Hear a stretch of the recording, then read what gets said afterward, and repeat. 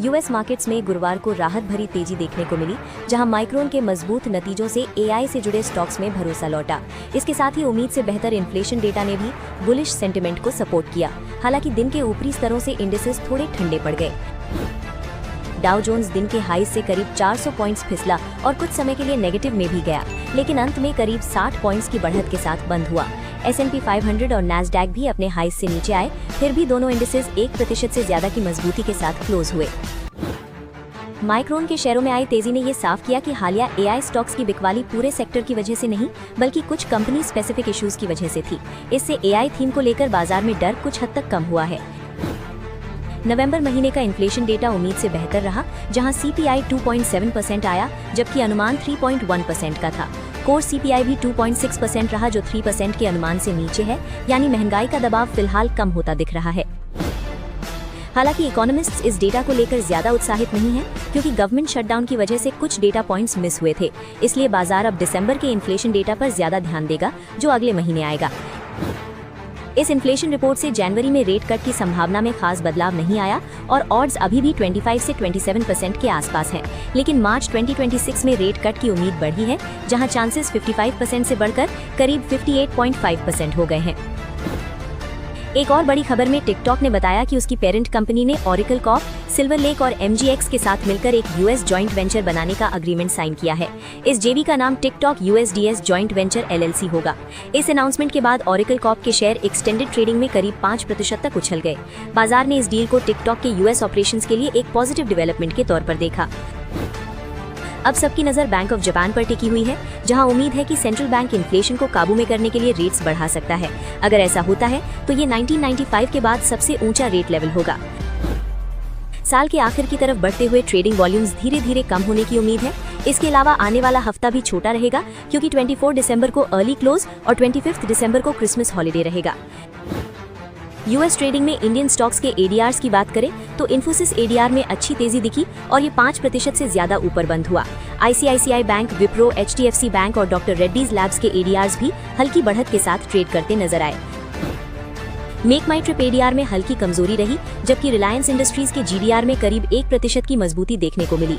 Overall ADR movement से संकेत मिलता है कि इंडियन IT स्टॉक्स के लिए सेंटिमेंट फिलहाल पॉजिटिव बना हुआ है। निफ्टी 50 ने दिन के दौरान रिकवरी दिखाने की कोशिश की, लेकिन आखिर में फ्लैट और हल्की कमजोरी के साथ बंद हुआ। लगातार चौथे दिन चार्ट पर लोअर हाई लोअर लो का पैटर्न बना रहा, जो शॉर्ट टर्म में दबाव को दिखाता है। हालांकि रिवर्सल के संकेत भी नजर आए। इंडेक्स ने 25,750 से 25,800 के जोन को बचाए रखा, जहां 50-डे EMA और राइजिंग सपोर्ट मौजूद है। ये लेवल फिलहाल अहम है, क्योंकि इसके नीचे जाने पर गिरावट 25,500, 25,450 तक बढ़ सकती है। चार्ट पर एक बुलिश रिवर्सल जैसा कैंडल पैटर्न बना है, जिसे आम भाषा में कहें तो बिकवाली थमती हुई दिख रही है। लेकिन RSI और MACD जैसे मोमेंटम इंडिकेटर्स अभी भी कमजोर हैं, इसलिए तेजी की पुष्टि नहीं हुई है। ऊपर की तरफ 26,000 से 26,000 का जोन मजबूत रुकावट बना हुआ है। जब तक निफ्टी इस रेंज के ऊपर टिकता नहीं है, तब तक अपसाइड सीमित रह सकती है। बैंक निफ्टी ने भी दिन के अंत में खुद को संभाला और राइजिंग सपोर्ट के ऊपर बंद हुआ। यहाँ भी कैंडल पैटर्न ये इशारा कर रहा है कि सेलिंग प्रेशर थोड़ा कम हो रहा है, लेकिन मोमेंटम अभी कमजोर है।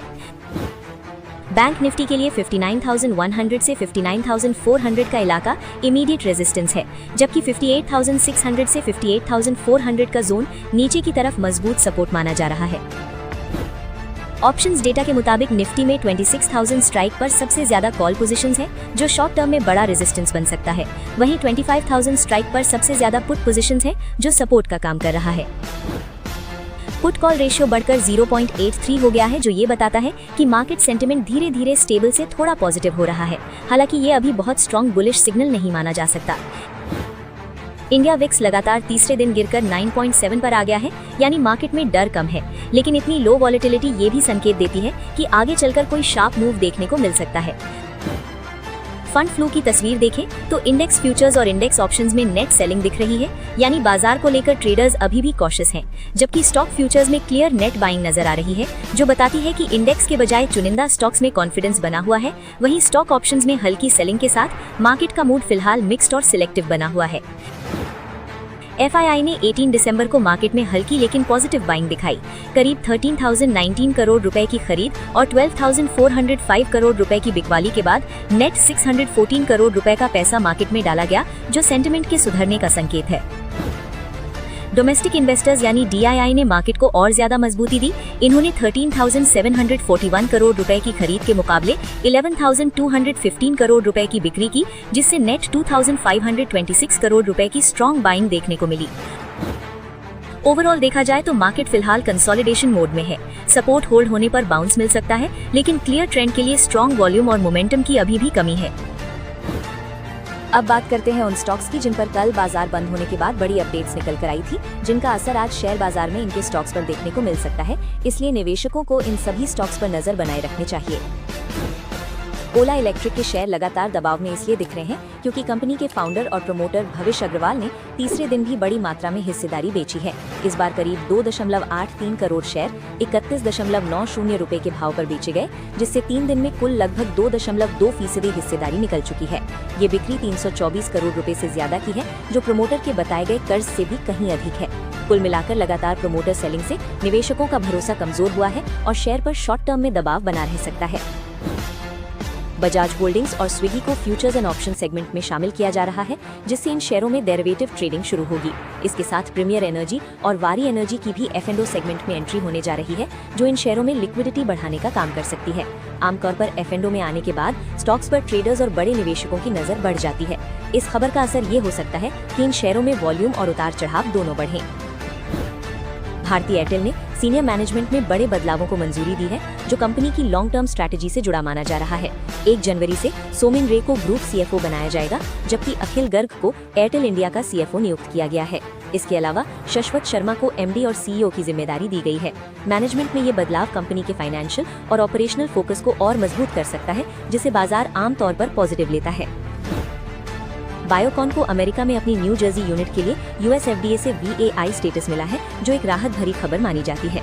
निरीक्षण अक्टूबर की शुरुआत में हुआ था और अब उसकी रिपोर्ट सामने आई है।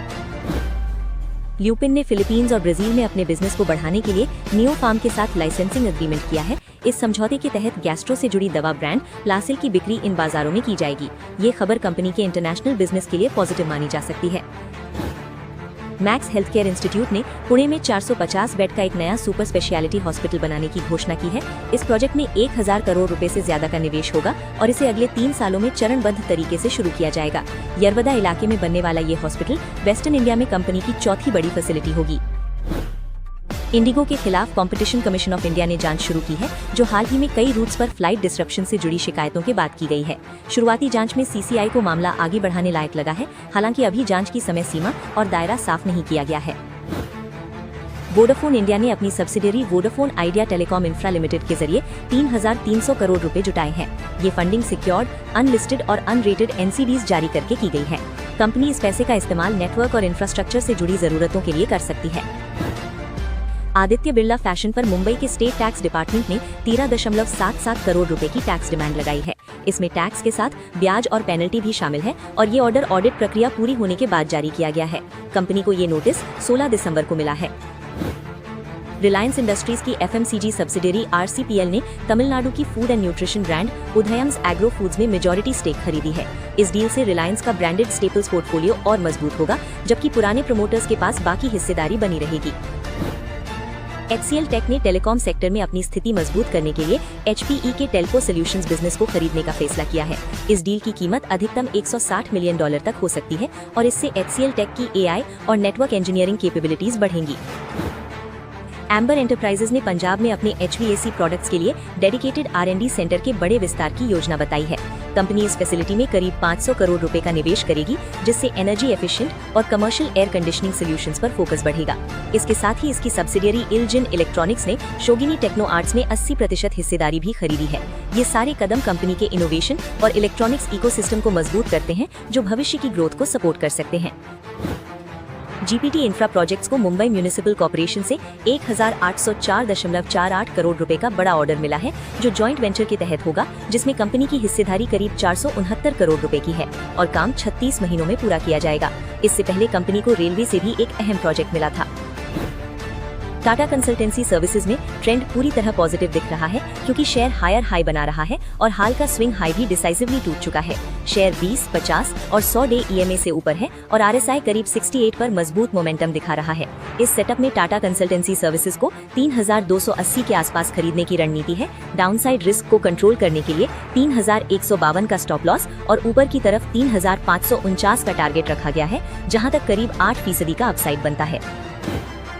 हिंदुस्तान जिंक ने वीकली चार्ट पर राउंडिंग बॉटम ब्रेकआउट दिया है, जो सेंटिमेंट और बाइंग स्ट्रेंथ के सुधरने का संकेत है।